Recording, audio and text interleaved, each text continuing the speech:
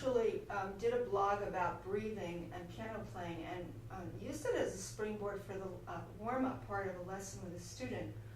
She was doing just first 5-finger positions, and then she was doing broken chords from those sprung from the 5-finger positions in major and parallel minor. And we just isolated the broken chord and breathing into the starting note, and then continuing.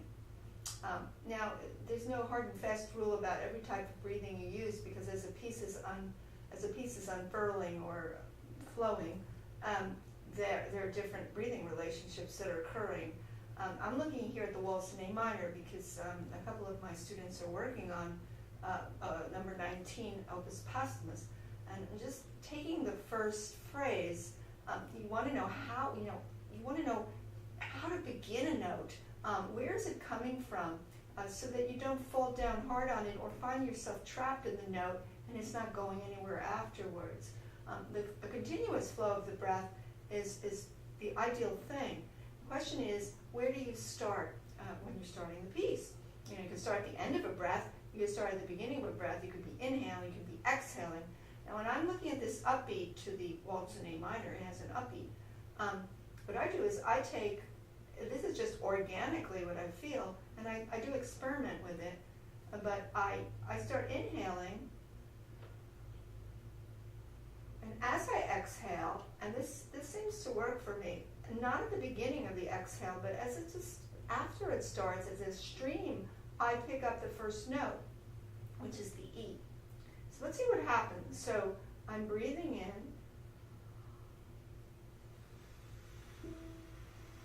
and what comes after is you have to breathe naturally. You can't just start, taking short breaths and becoming anxious. Your breathing has to be very natural and flowing, but it is very critical where you start in your breath.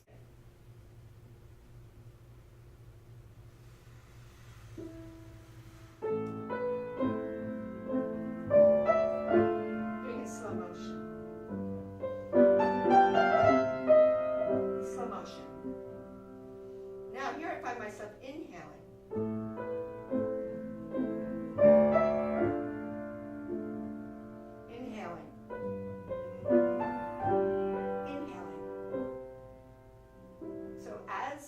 This thing spun out, I wasn't always breathing out because I'm breathing in and breathing out, but at these various points, I felt naturally, as far as the phrase's shape was concerned, to breathe in. The other classic places where you end up breathing in and investing there is where you have resolutions of, say, dominant to tonic, resolutions of notes to, tonics, where the note is finally coming to rest in a phrase.